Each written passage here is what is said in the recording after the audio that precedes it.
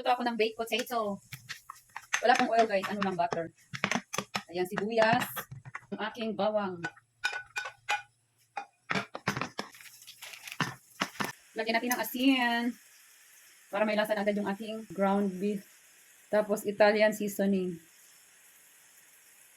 Lagyan ko ng garlic powder. Tapos onion powder.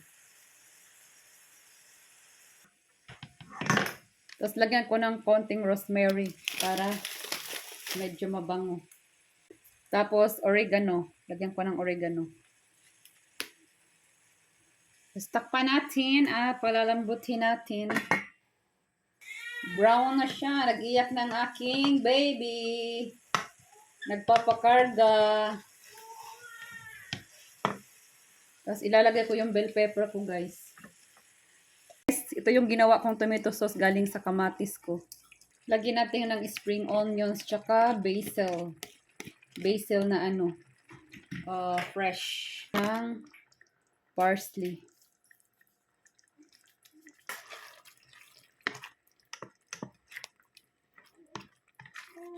Ako ng sauce. Ng butter. Tapos yung butter guys, lagyan ng flour. Ayan yung flour. Ayan yung pampalapot. Fresh milk.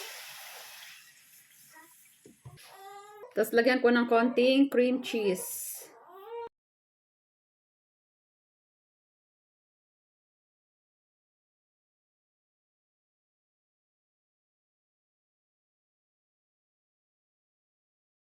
Ito ang kanyang toppings guys. Wala man tsaka toppings. Gumawa na ako dito dati.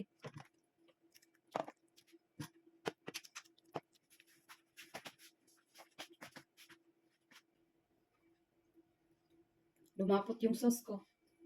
Tapos lagyan natin ng cheese. Grated cheese.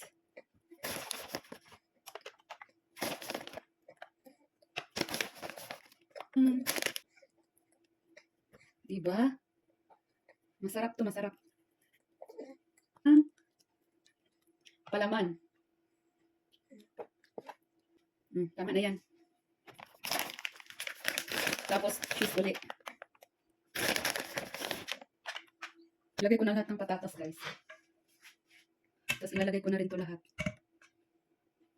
Tapos, ilalagay ko sa taas yung cream. Yung sauce.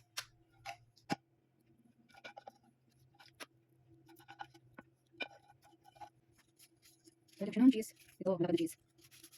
Pero, ayan.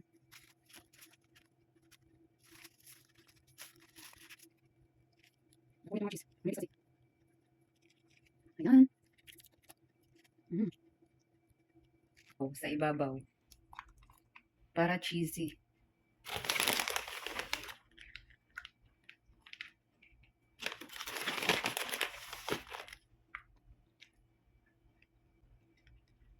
Ayan. Tapos tatakpan ko siya ng foil para hindi masunog ang cheese sa taas. Pinalot ko na siya ng foil.